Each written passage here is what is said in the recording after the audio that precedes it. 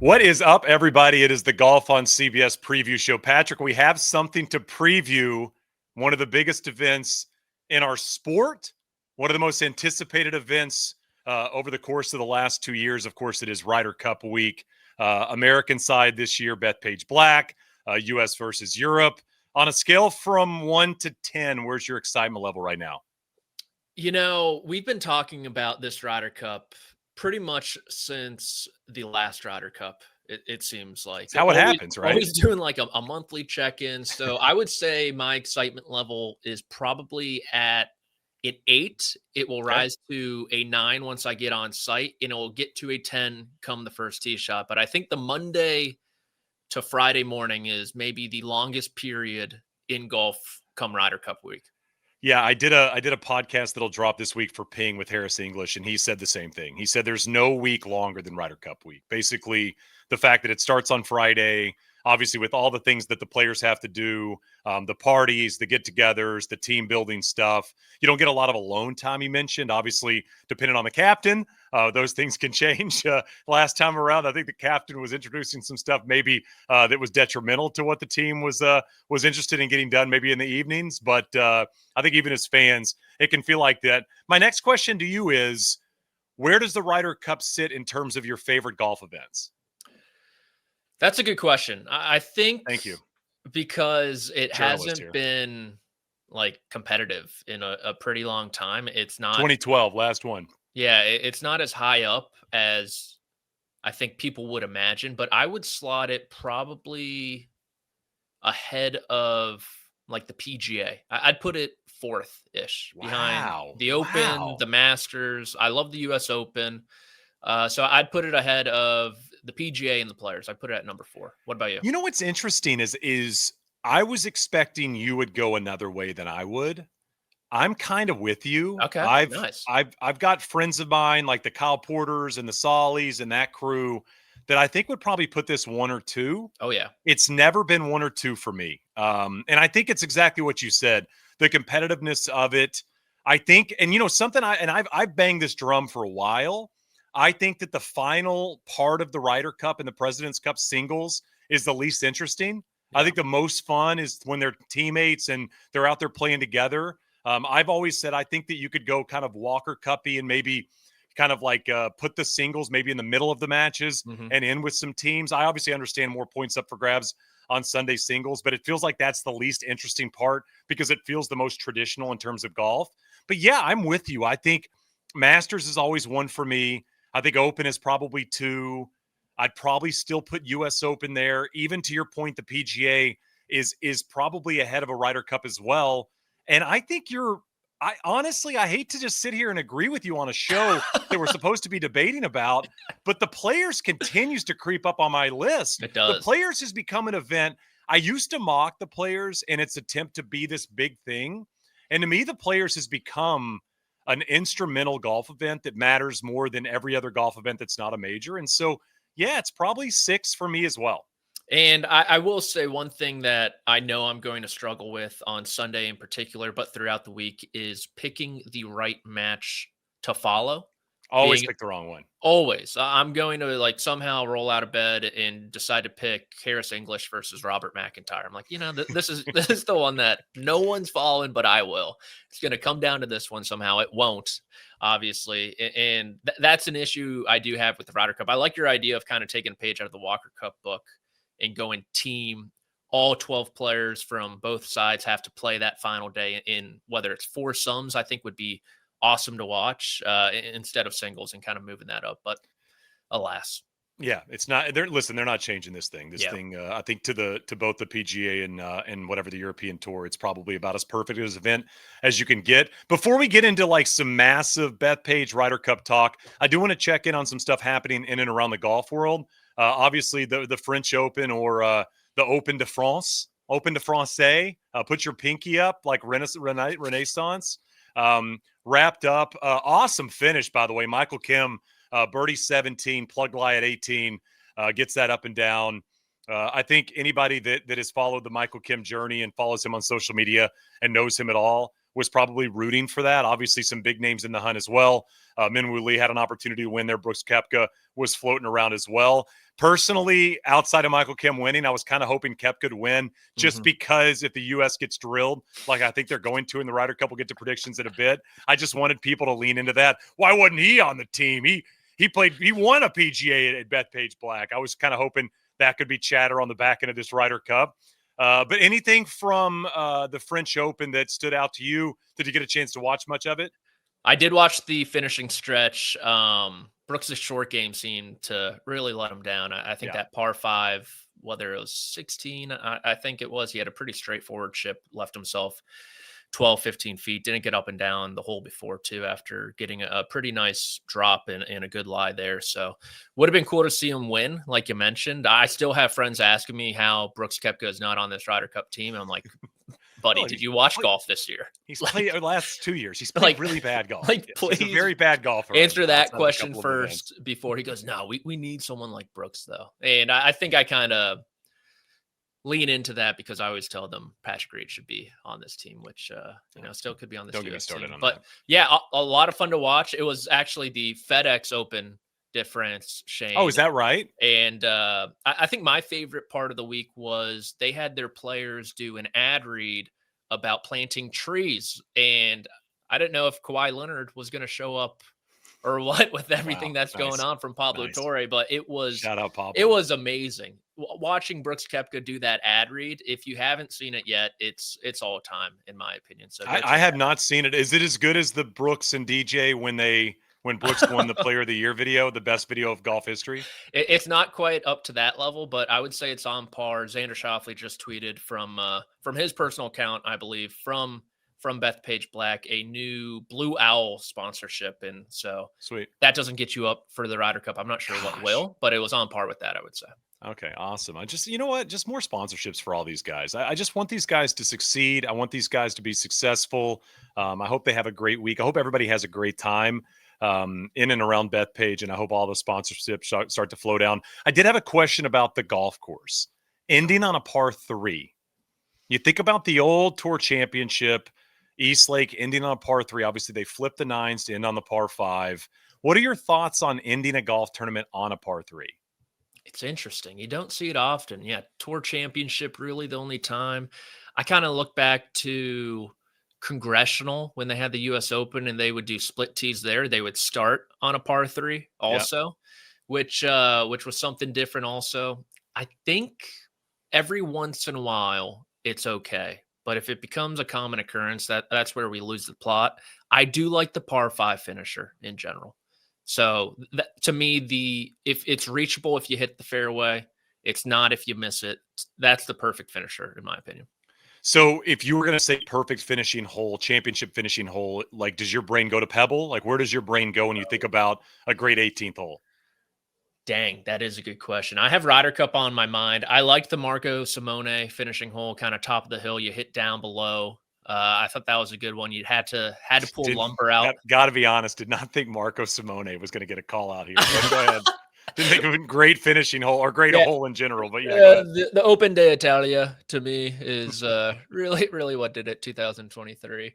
Man, I was not ready to pull it out. Yeah, the reason I asked that is my brain typically goes to Pebble. Like I go to Pebble when I think about probably favorite finishing hole because you can make eagle, but they're rare considering how small the green is and also how tilted it is. They typically on Sundays for championship golf, they'll put it in that front right, a hole location, which is really tough to get to, but you can make a 3, but you can also hit one in the ocean and make 6 or 7. And I just, I typically, when I think par 5 finishers, I almost always just immediately my brain goes to Pebble Beach. Yeah, and Josh had a good one too, 18 at PGA National. There's been some moments there with Rory and Tiger. Of course, I believe Justin Thomas in a Luke Guthrie playoff also where Thomas kicked someone out of the tournament for taunting him, saying something to him. And so that's a good one as well. Pebble's a good one. So you're going to go par 5 favorite finisher, par 4 next, par 3 last? Yeah, probably. Yeah, I think I'd go par 4 favorite just because, again, a little bit more demanding. I like the idea of making birdie or bogey. I think par 5s typically for professional golfers don't bring bogey into play. even a pebble with trouble both left and right. Those guys don't hit it offline that much, especially if they're near the top of a leaderboard. A par 4, I think Quail Hollow, a tough finishing hole, something that's demanding where you've got to hit a couple good golf shots. Sawgrass as well. That's kind of what I see as like a good close to a championship event. But yeah, let us know in the comments. Are you a par 5 finisher person, par 4 finisher person, or are you a FedEx Open de Francais person and like a one swing there, Jim Furyk hat backwards, get it done? So that was France. Obviously, we got a little bit of a back and forth. Have you seen this? Mr. Bryson, Mr. Rory McIlroy going back and forth a little bit. Bryson saying he was going to chirp Rory if they play singles, and then Rory coming back in an interview and saying, quote, I think the only way he gets attention is by mentioning other people. That's basically what I think of that. To get attention, he'll mention me or Scotty or others. I feel like they're not going to do it, but God, I just feel like they got to have Rory Bryson Sunday singles. They just got to do it. And they got along so well during Happy Gilmore too.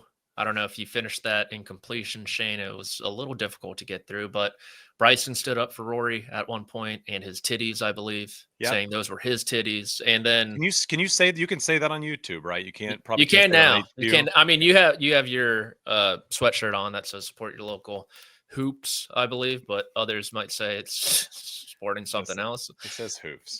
Support your local businesses, folks. But I will say, I mean, Bryson can get attention any way he wants. I don't think necessarily he has to mention people. He can. I thought that was weird.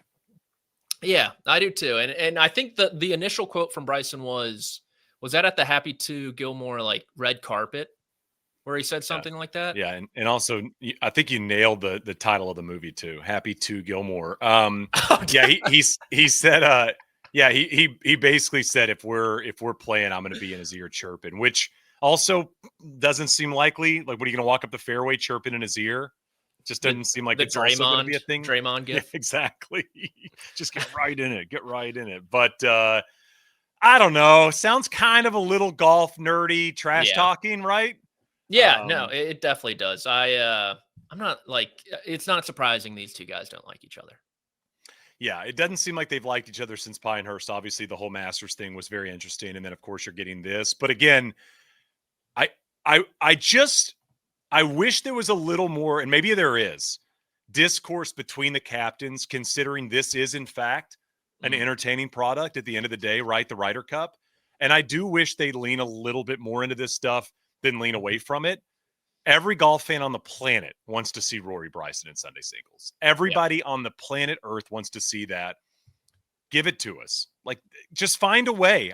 Talk, text, Luke Donald, Keegan, figure out a way to make this happen. Because, again, at the end of the day, the whole point of this is to entertain, right? You could talk about the passion of the cup and nationality and all that stuff. Dude, this is sports, and sports should be fun. And, football does a great job of this. They put matchups at prime time, right? The matchups we want to see. Granted, we just had Chiefs-Giants. I wouldn't necessarily say that was the matchup we wanted to see. But typically it's the matchups we want to see in the biggest moments, at the biggest windows. And I think sometimes golf forgets that. And we do it with tee times and majors and stuff. But give us this. Give us this once or twice. I honestly thought the most interesting part of the conversation was Rory saying they knew they were going to put Cantlay out third on Sunday because that's typically Rory's spot on Sunday. And he went to Luke Donald at the 2023 Ryder Cup. Right. And he went to Luke Donald. He's like, put me back to fourth. We don't need the U.S. to get any type of momentum. It's better for the team if this Cantlay Rory thing is avoided and I can play someone else. So who knows? Just put Bryson third and see if you're up counters with Rory at third, his usual spot. Who knew there was a usual spot? I had no idea. I was like, Rory played first on Sunday at Whistling Straits. Maybe I feel like if Europe's behind, they'll typically send Rory out first. Yeah, I mean, that's well, Josh, go through, Josh, as we're talking, go through Rory's singles position throughout his career and let us know what those numbers were. Mean, median, and mode, please. All right, so let's transition to Bethpage Black because it's hosting the Ryder Cup for the first time. We all know there's a sign apparently near the first tee. Have you seen this? They have a sign about How tough it is? Have you ever heard about this or no? Oh yeah, no, I think It doesn't get a lot of play. Like, it probably won't get much on social this week. I think it's gone. Okay, well, good. I think PJ Clark tweeted out that it's gone. They took it out. Wow, Yeah. this is like the one thing about the golf course that everybody knows. I think they took it out, but made like a huge one in a fan zone type of deal. Perfect. Just what we need. That, again, that will not get a lot of play. But it's a very difficult golf course. Burst on the scene back in 2002. Obviously with the US Open, going there, public golf course, all that stuff. Tiger put it on the map a bit as well. It's a tough test. I've played it. Have you played it? I've not, no. It's it's a really cool, interesting, tough golf course. It's demanding. I don't think it's going to be as tough as what we typically see at US Opens. I was talking to somebody over the weekend that's been out there a few times over the last few months and said the rough is down, which I think you're going to hear a lot about this week. I think the point of that is to play, in theory, into the hands of the Americans. The first tee's moved up. Guys like Bryson Rory are going to get pretty close to the green at 1. I think it's got interest in it. I think in terms of a Ryder Cup venue, I think it's not exactly the sexiest finish in terms of par 5s and par 4s and all that stuff at the end. But I think 17 is going to be a really cool match play par 3. And then 18, you can do some different stuff there as well. Thoughts on Bethpage Black as a Ryder Cup venue? Yeah, I think 17 is the best par 3 on the property. Hopefully plenty of matches can reach it. I do have the PGA of America media guidelines in front of me. You brought up the rough. This is bullet point number 4. Video recordings related to measuring green speeds or the length of the rough is not permitted at any point before or during the week of the championship. Wait, so you can't do the rough videos like we do with the US US Open? Why am I even showing up? Why am I even showing up? Is this a for real thing? You really got this? Yes, I have it in front of me. General guidelines for credentialed media. Oh my goodness. What are we doing? So I will say, if someone's out there Monday, boots on the ground, and they think I got it, first man here, first to market, I'm going to get the video, I'm reporting you straight to the PGA of America. This might be the dumbest thing I've heard in 2025. Like, I couldn't believe it. The NFL's on right now. College football's on right now. The Ryder Cup is down the list in terms of importance, considering where it's at on the schedule. Anything interesting is important here. What in the world are you thinking here? That is insane. What committee in terms of a room building experiment with the PGA of America thought that was a good idea? Embarrassing, guys. That is absolutely embarrassing. If you're just as mad as Shane, please comment and I can give you the PGA of America Championship Public Relation Team's emails. I'm not going to give them out on air right now. You chirped everybody about Tommy. But I will respond. As for the actual golf course, I think there is some pretty simple strategy around it, especially in foursomes. I think if you done the flyovers, you play the golf course, like you said, it's pretty easy to decipher that you want maybe your better iron players and the faders of the golf balls to tee off on the odd holes, and then your quote unquote better drivers or those who draw it to do it on the even holes. And I will say this, I've seen a lot of people mention, Shane, that this isn't really a golf course that plays into the hands of the Americans. You think about the American players, probably better wedge players than the Europeans, not a ton of wedge opportunities, more long irons. And that's what Dodo Molinari leaned on there at Marco Simone, a lot of long irons, approaches from over 200 yards. But I will say the interesting part of this, there's 2. The 3 wedge opportunities I see are number 1, 2, and 18. Pretty high leverage holes, beginning of the match, get off to the lead and potentially closing it. And then if you're the better iron player as well, you're going to hit approach shots into number 2, number 3, which is a par 3, number 4, which is the lone par 5 on the front, and also 16, 17, that par 3, and 18 as well. Interesting. Yeah. So I think there's some fun strategy involved in Bethpage, despite maybe not having a lot of glitz and glamour around it, I would say. Yep. Monday practice round pairings for the Americans. Bryson, JT, Ben Griffin, the boy from the Bronx. The second group out, Harris English, Henley, Scotty, Spawn. Group three was Burns, Cantlay, Morikawa, Xander. What are you taking from that? I don't know who the final two foursomes groups are going to be for the U.S. on Friday morning. I think it's if I was Keegan, I'd lead off with Scheffler, let him hit the first tee shot, kind of be like, this is our leader, this is our guy. We're rolling with him. Him and Henley. I think Cantlay and Schauffele is a group a lot of people expect to see. But then what do you do? Like Morikawa's an alternate shot guy. You put him with Burns out in foursomes? Are you going to put? God, Morikawa Burns just seems like you're setting yourself up for 8 and 7 or something. Yeah, like that. That is a group that could easily just get worked. When it works, it could be great. But when it's bad, it could get really bad. Are you going to throw JJ Spawn and Harris English out there together? I know I'm following English's swing coach. I know English is hard at work playing a lot of different golf balls at home before he got to Bethpage this week. What is that 8 o'clock tee time on the screen here? Bryson, Griffin, Thomas, Young. How are those four getting coupled together? I think it's super interesting too. Again, I think you and I've talked about this, and it's probably not going to happen. But Bryson JT makes a lot of sense. Mm-hmm. I mean, just an incredible driver of the golf ball in Bryson, and you put JT in better positions off the tee with the iron play and the pitching and the wedges. And I also think, I know you mentioned Scotty out of the gate. To me, it's Bryson JT out of the gate. That's like the most Americana pairing you could put out. That's the group that can get the pairing that could get the American fans the most excited.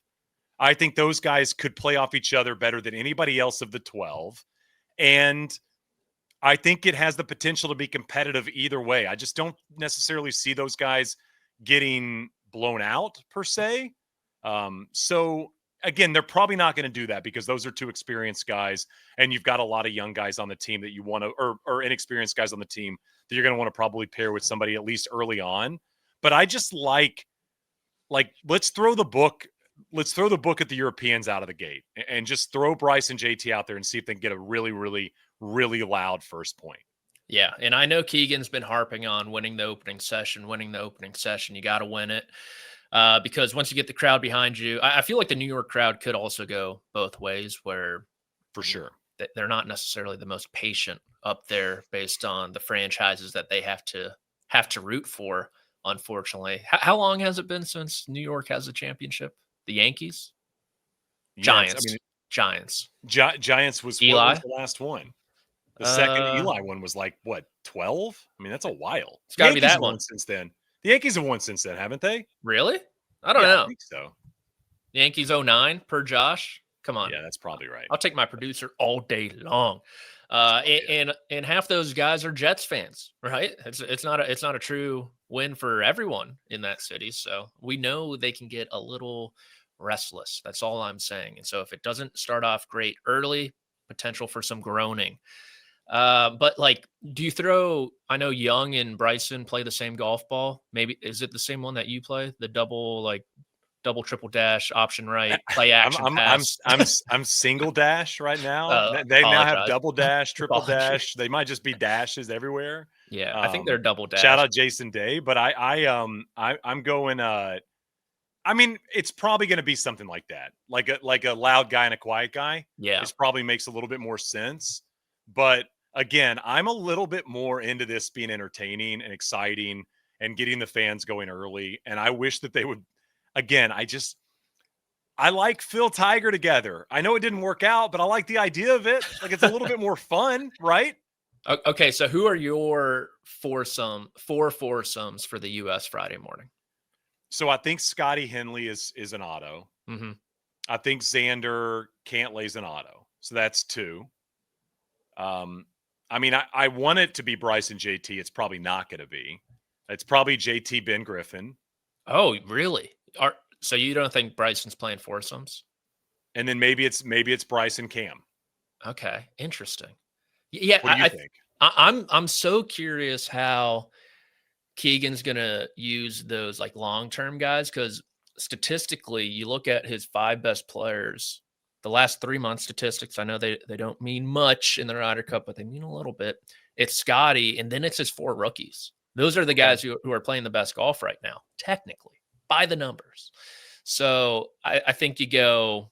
So that balance to me is what this Ryder Cup's going to come down to, and if you can properly balance it. But Cantlay, Xander, I'd probably put in like the 3-hole, like kind of sleepy-ish. They can lull you to sleep, play 4 corners that way. Opening match for me, Scheffler and Henley. My anchor would be Bryson and JT. Xander and Cantlay, like second or third. And then in the middle, dude, man, I don't know. The more I'm doing this live on air, I'm not liking a lot of these options. Dude, I tell you, when you look at and I know we're going to get to picks in a bit. When you look at the breakdown of the American team, and we'll get to the Europeans in a bit, like looking at this breakdown, it doesn't exactly scream that scary. If you're the Europeans and you're looking at these foursomes going out on a Monday, are you intimidated? Like, I just don't know if you are. Like 8:15, it's Harris English, JJ Spawn. I talked to Harris English last week, and he goes, I want to play with like a fiery character. Now, you and I've talked a lot about how the Americans don't have a lot of fiery characters. I don't think that's JJ Spawn, right? I mean, no knock to JJ Spawn. I think JJ Spawn's going to have a really good Ryder Cup, but I don't see JJ Spawn out there screaming at the crowd, you know? It's so tough because, like, I want Cameron Young and probably Ben Griffin to be out there the first session, but are you going to rely on rookies like that early? So, like, I could see Keegan maybe sitting Bryson and force. Like, JT, does he deserve to be? You can't sit Bryson and force. Okay, here's what's going to happen. Okay, you can't sit Bryson and force him. So the key, his strength, his power is driving the golf ball. He's like the lone guy around this golf course. Here's what's going to happen. You can lean on. Here's what's going to happen. It's going to be Scotty, Russ. Then it's going to be Cantlay and Xander. Then it's going to be Bryson and Cam Young. And then it's going to be, dude, I have no idea what, like, Ben Griffin, Justin Thomas. Can we fly Spieth then? I miss Jordan Spieth. Griffin and Thomas will lead 4-ball in the afternoon. I think it's going to be Burns and Morikawa. Oh, man. It's just actually, I mean, English and Spawn. Yeah. I'm hoping they switch these up tomorrow so I have something else to think about. Yeah, I know. It's so obviously Friday and Saturday's morning foursomes, afternoon 4-ball. Of course, we get to the Sunday singles as well. I wrote a piece that's going to publish this week about how important I think it is for the Europeans to win this Ryder Cup. I just think we are getting into place with the Ryder Cup where when it becomes predictable like the President's Cup, it becomes uninteresting. And what has happened in this event is the home team wins. You know, you got to go back. What is it? 2012 is the last time an away team has won. The Americans hadn't won on international on European soil, what, like 30 years? Yeah. Something crazy. And I just think when you are looking at this event, to put the onus on the Americans going in to Adair Manor in a couple of years, knowing you've got to win this thing, or it's just basically become a European party. I think it's really, really important to do that. And I just really think it's important. I think the Europeans understand the importance of this. If their team is, let's say, 1 through 10, I think you and I both agree 11 and 12 is the weakest 2 players on both squads right now in terms of the way Sepp Straka and Shane Lowry are playing. You can sit those guys. You can hide those guys if you want. Obviously, they've got a lot of guys that you can play and put out there. A lot of the quote-unquote captain's picks are some of the best players that are playing golf right now. And I just think if you're Luke Donald, you've got an advantage with the captain. You got an advantage with your statistical team. You got an advantage with the veterans. You've got an advantage with the best players. You've got an advantage with chemistry. Outside of the home course advantage, in theory, in Bethpage Black and the fans, what do the Americans have that's advantageous outside of Scotty?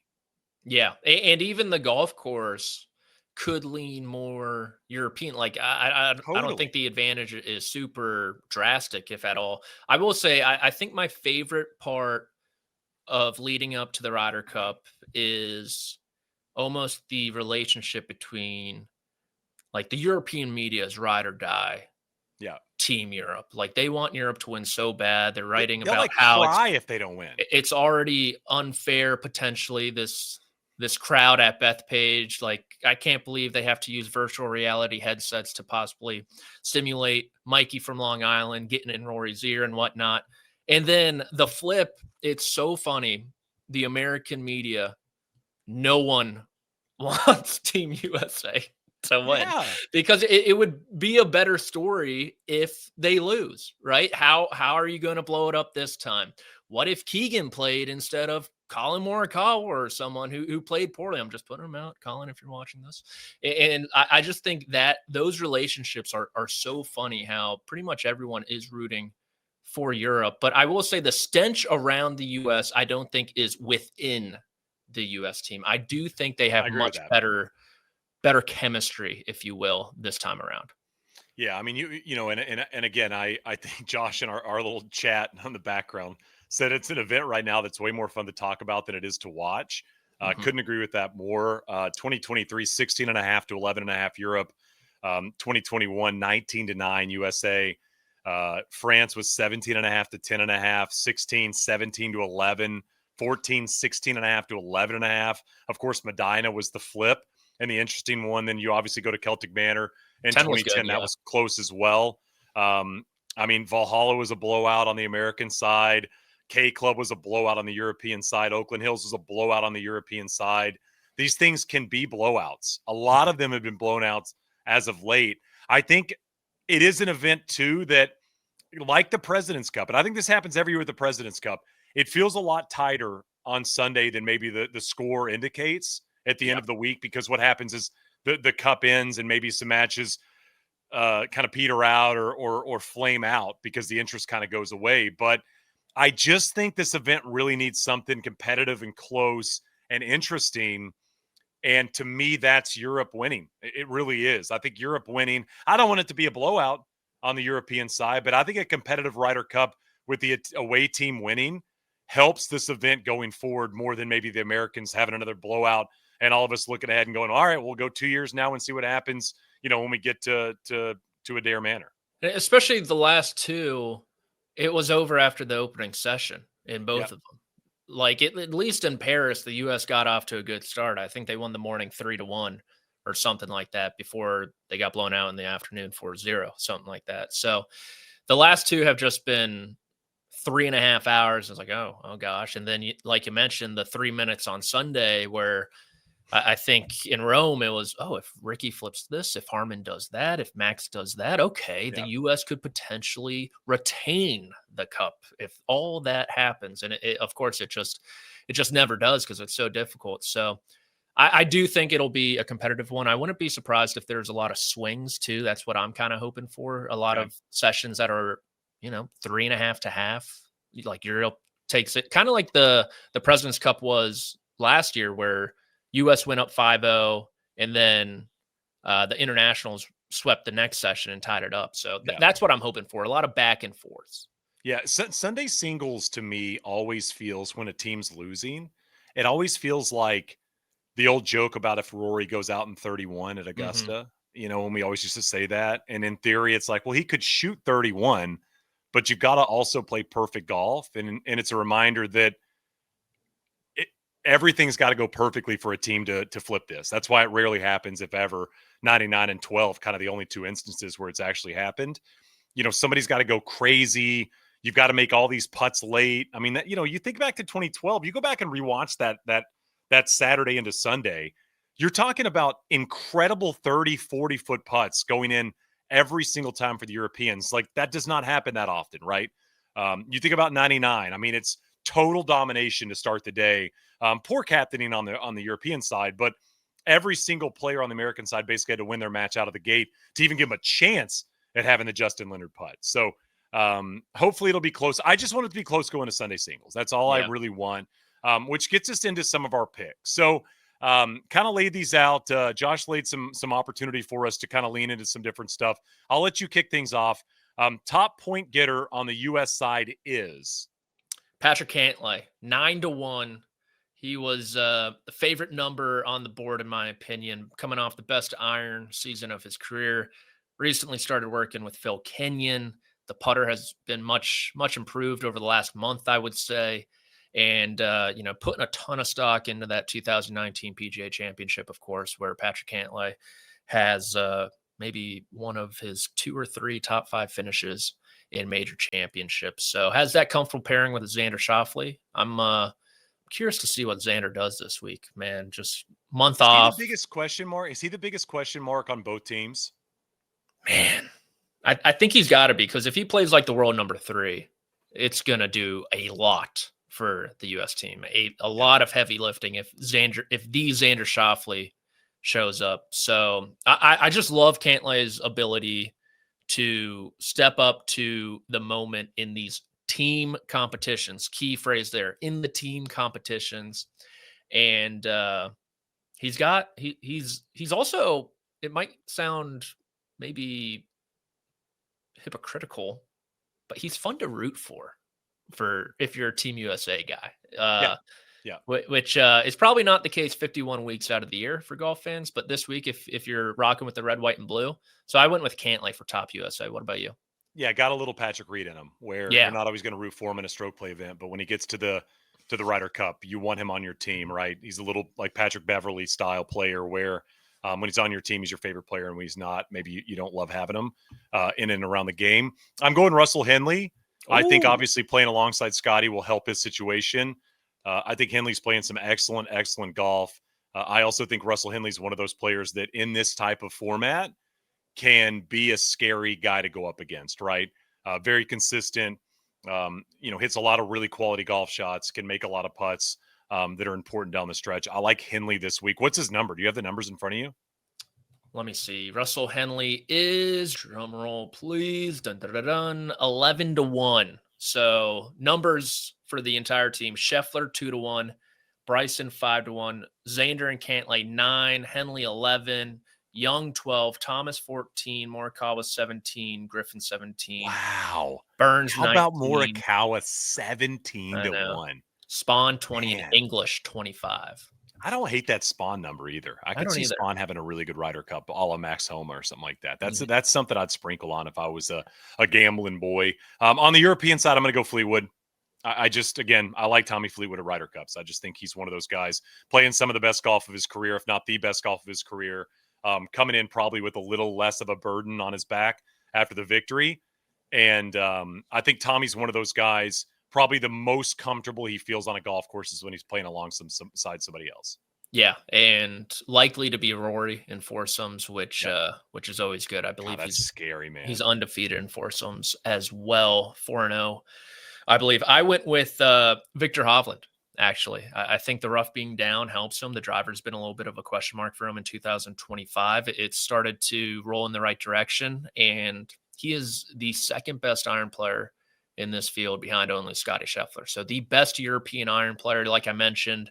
There's an opportunity at the beginning of matches and at the end of matches for elite iron play to really propel a team forward. I think Hovland's going to be able to do that. And you're getting a pretty juicy price at 12-1 somehow. Wow. Rory is 3, Rahm 4, Fleetwood 4.5, Ludwig 8.5. He's up there. Wow. Hatton 10, Hovland 12, Bobby Mack 14 with Fitzpatrick, Rose and Lowry 20, Straka 30, and Rasmus 40. So maybe not a lot of usage for the Dane. Top captain's picks, point getter. I'm leaning into your boy that you picked. I'm assuming you're going the same way. I like Cantlay here for the USA. Okay. Yep. That's a good one. Not gonna lie. I missed that one in the rundown, but I'm going to go. There's only 3 things to do. So that's probably an easy thing to miss.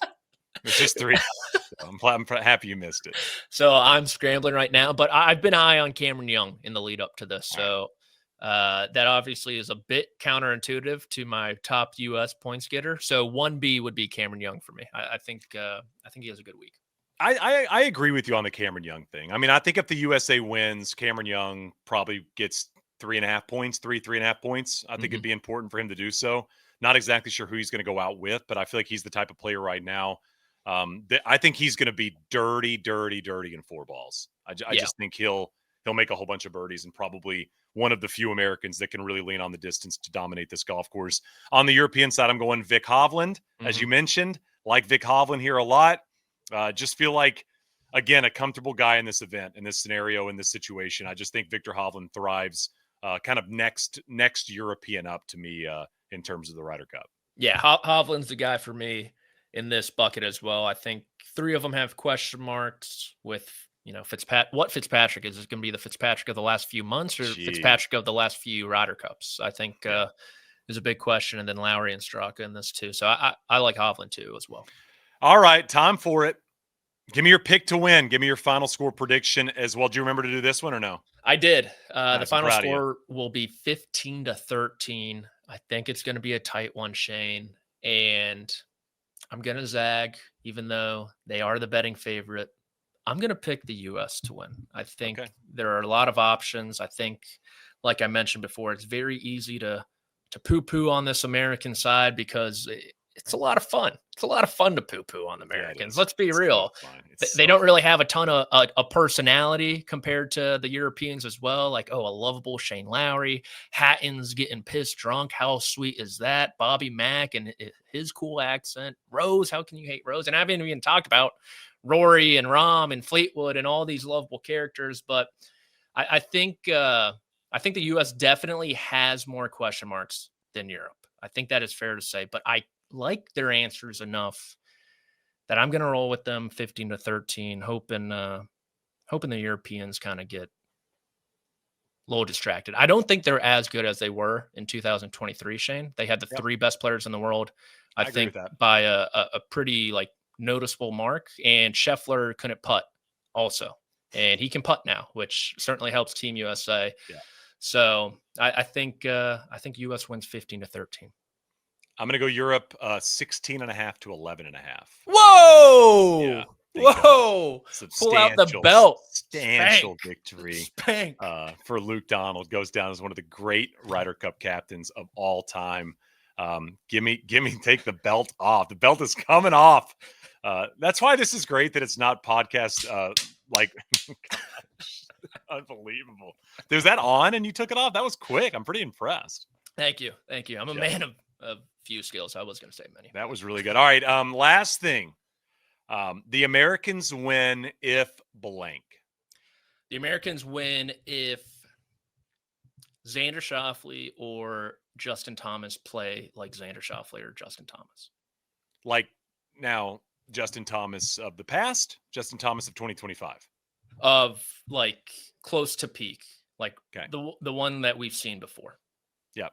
I'm going to say, interesting. I was going to say the Americans win if Xander Schauffele plays solid enough golf to get 3 points is kind of where I'm at. 3.5 points for Xander. I think Cantley will show up as well. Obviously, Cantley's kind of the American Ian Poulter at this point in terms of this event. Doesn't play great in the majors, plays great at Ryder Cups. And I think if that's the case, they have a really good chance. I'm with you on the Xander thing. I think you and I are very heavy on if Xander shows up and plays good golf, the Americans have a really good chance that if Xander plays a little like he's played most of 2025, it's going to be very, very tough for Keegan and the crew to get this done.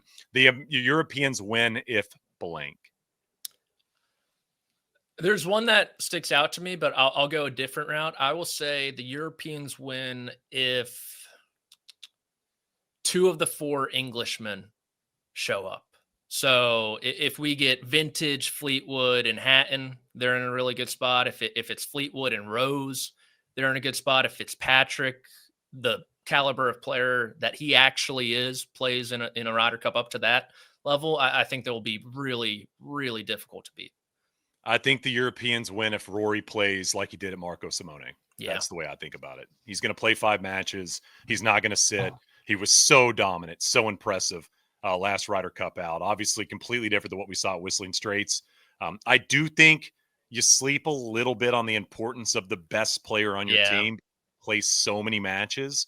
I think it's so easy to look at the 11, 12 guy, the rookies, they might play 3 matches, right? Some might play 2 matches. I mean, you could do that in theory, right? Is to sit a guy outside of one match, and the singles match that they have to play. Rory's not sitting. Rahm's likely not sitting and Scotty's not sitting.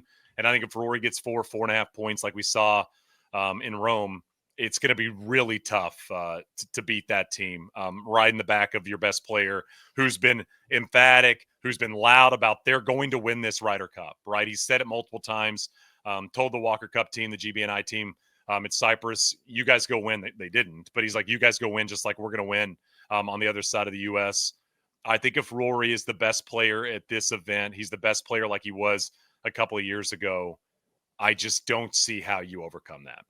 Yeah, I totally agree. And especially with their, I guess, not even sidekicks, but their 1B and 1C, you throw in Rahm and then you throw in Fleetwood at them too. And I'm obviously rethinking my pick for the Ryder Cup, but it's official. So no backtracking that, unfortunately. But yeah, I think what you said is spot on. It's so easy to go down the roster, pick, if player number 7 plays well, they'll be in a great spot. But at the end of the day, if 1, 2, and 3 don't, what 7 does might not even matter. Yeah. So, yeah. 100%. Still excited about it. Fired up for Bethpage, fired up for this event. Obviously, when you have a Ryder Cup year and the season ends, you still have something to look forward to. Friday things kick off. And we'll be back next week to recap all of it. Just a reminder, if you like the show, subscribe. I think the rumor is you're supposed to smash it. Smash. Yeah, Hulk smash. Smash it. And if you follow along and subscribe to the show, occasionally Patrick McDonald will take his belt off. That's what happens. It's gonna be Luke Donald. There you go. Come Sunday night, get the champagne out there. That's it. That's why we have this show. We'll check in after the Ryder Cup, everybody. I picked USA.